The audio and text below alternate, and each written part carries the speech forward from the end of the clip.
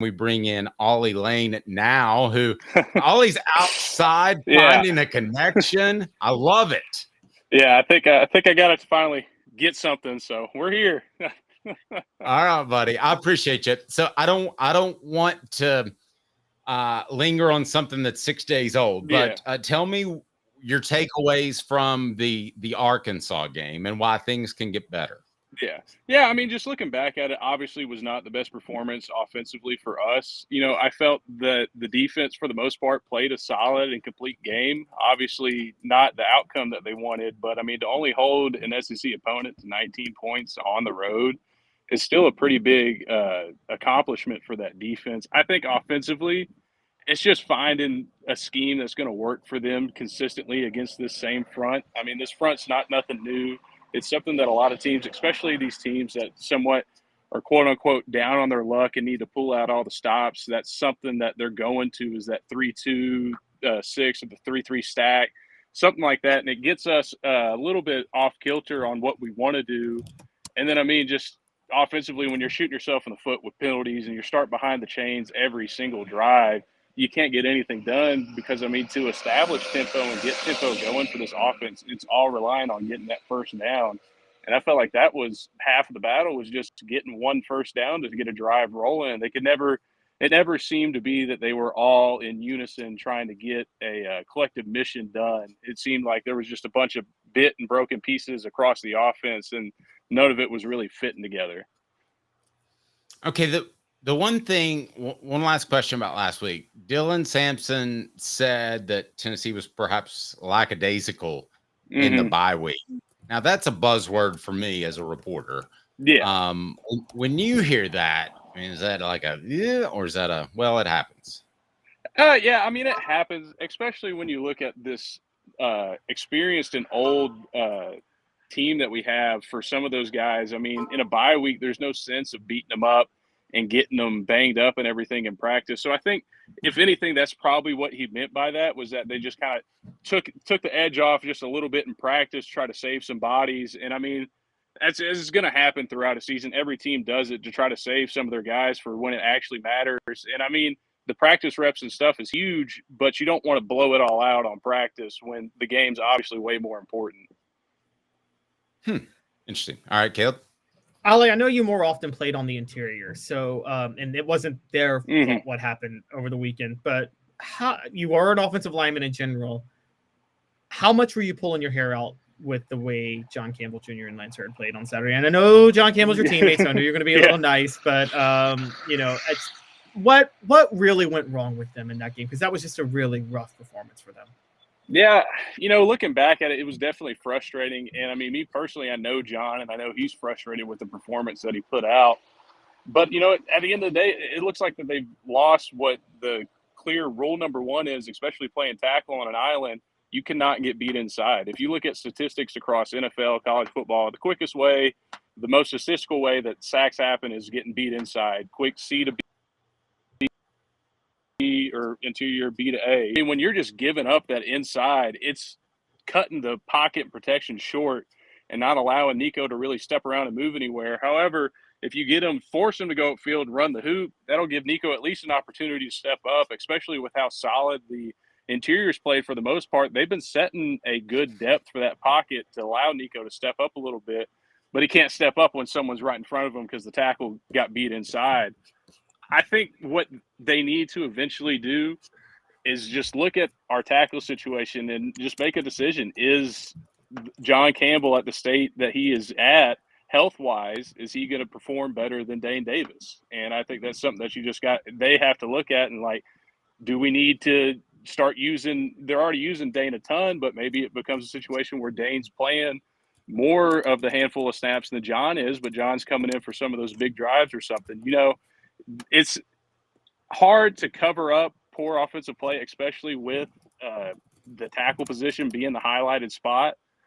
But I think they can try to overcome some of it by maybe keeping the tight ends in protection to help chip block every now and then, and just getting the running backs on the same schedule as us to understand who they're truly covering, where they need to have their eyes at. Okay, I feel pretty smart here, because I had the same suggestion about Dane Davis earlier in the week. And my argument was more towards the Lance Hurd side because he may end up being an explosive athlete, but to me right now, he just looks like a big body. And that's what I'm seeing. You tell me if I'm wrong. But I would argue that Dane Davis, if he could just focus on one position and not be the utility guy across the board, could be a very solid player in the SEC. What do you make of that statement?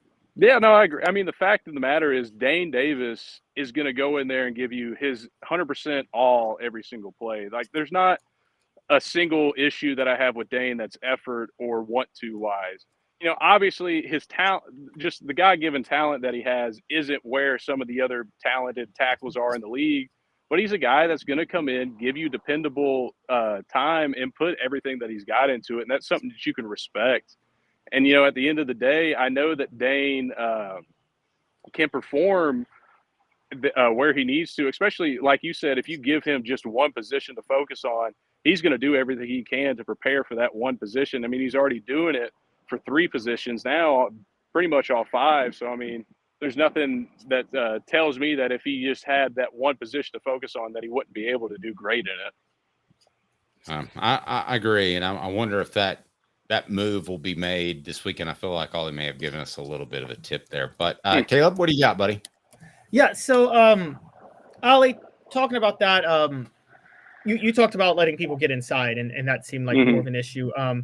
Do you think there is a we had Mike Stoll on earlier in the week, and he said that he talked about technique and things like that, but he also said that the foot quickness just doesn't seem to be there sometimes. Is that a concern to you when you watch the tackles play at all, or do you think it's more just? Yeah, especially, and, I don't want to talk bad, but, watching the Arkansas game, watching Lance Hurd, he is a very slow-moving person. There doesn't seem to be that quick twitch fiber in him, and you need that, especially in a quick twitch offense. But, I mean, like, there was occasional times, especially on his pulls, it was very highlighted that he's getting around there slow, and it seemed to especially be holding up D-Samp and Bishop a couple times trying to hit a hole. And I think even on one play, he forgot to pulled late, and just the whole play was a bust anyway. I think, there's a lot of things you can do to speed him up. But, I mean, someone's got to light that fire under his feet and just get him moving. You have to be able to move, especially with the talent that some of these edge rushers have in the SEC. I mean, they're going to beat him on speed, and that's all they need. They'll never have to go to a second or third move if they're running right by him.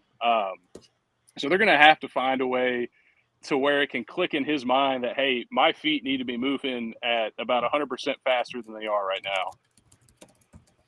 So let me ask you this, and as you can see, Ollie outside because of internet connections, he very well could be close to the UPS store Hardin Valley, here to help individuals and small businesses by offering a wide range of products and services, locally owned and operated conveniently at 10629 Hardin Valley Road. See, I did that, Ollie? That was pretty smart, right? Yeah.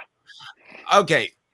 I rarely question 2 things: effort and injury, because I don't know what kind of pain a person's having, A, and then B, I don't question effort, especially with somebody new, because sometimes the lack of understanding for what you're supposed to do, I believe in every sport, can cause you to play slow.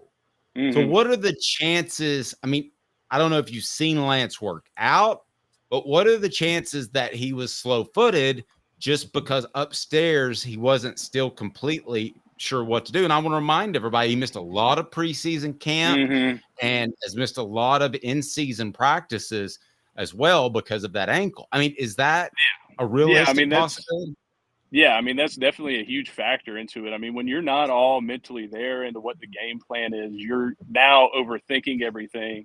And when you get into that spot of overthinking, now you're micromanaging all your steps. You're thinking it through way too much, when instead, like, it's just, all right, I got to block that guy, go.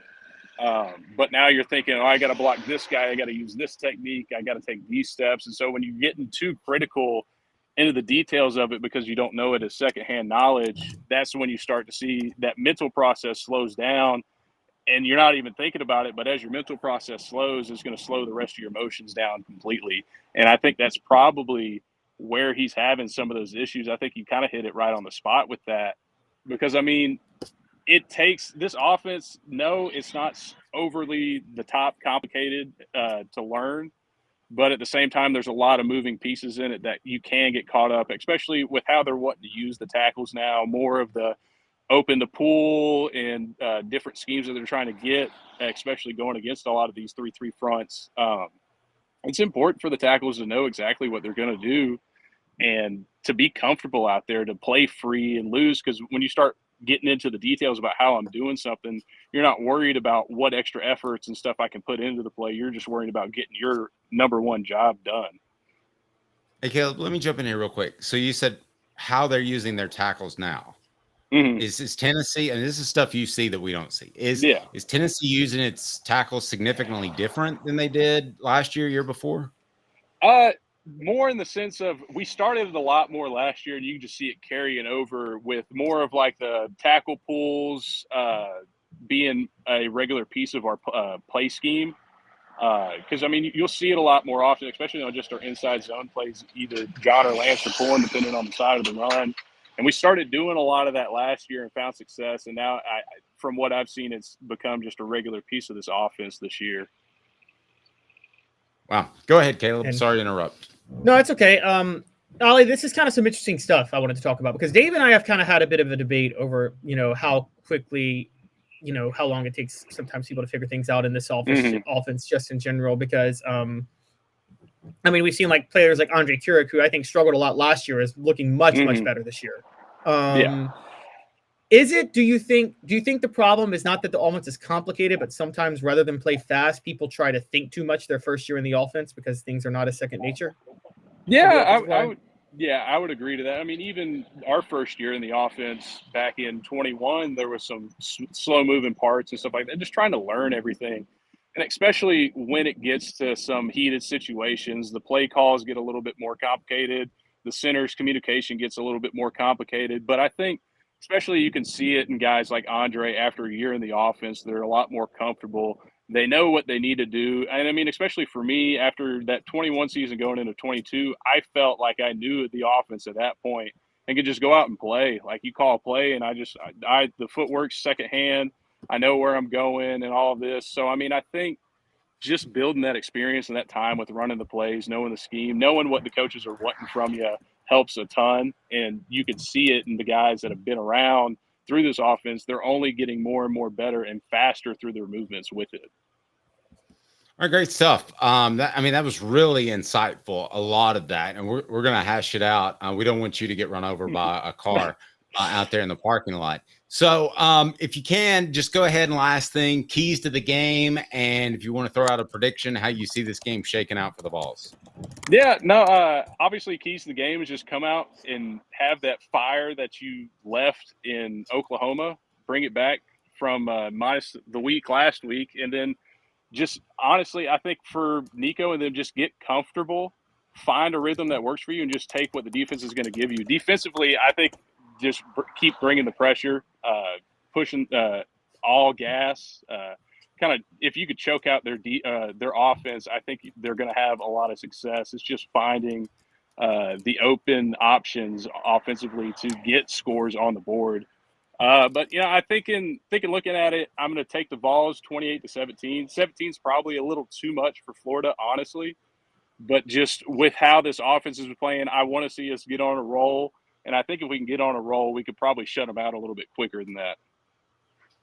I like it. Ollie, great stuff. Keep rocking the goatee, because when you get my age, it's white, and it's not nearly as good looking. Yeah. I'm just going to warn you. All right. Well, I appreciate it. You guys have a great day. Hey, we appreciate you. Thanks for sticking with it, man. I know it's a Wi-Fi was crazy.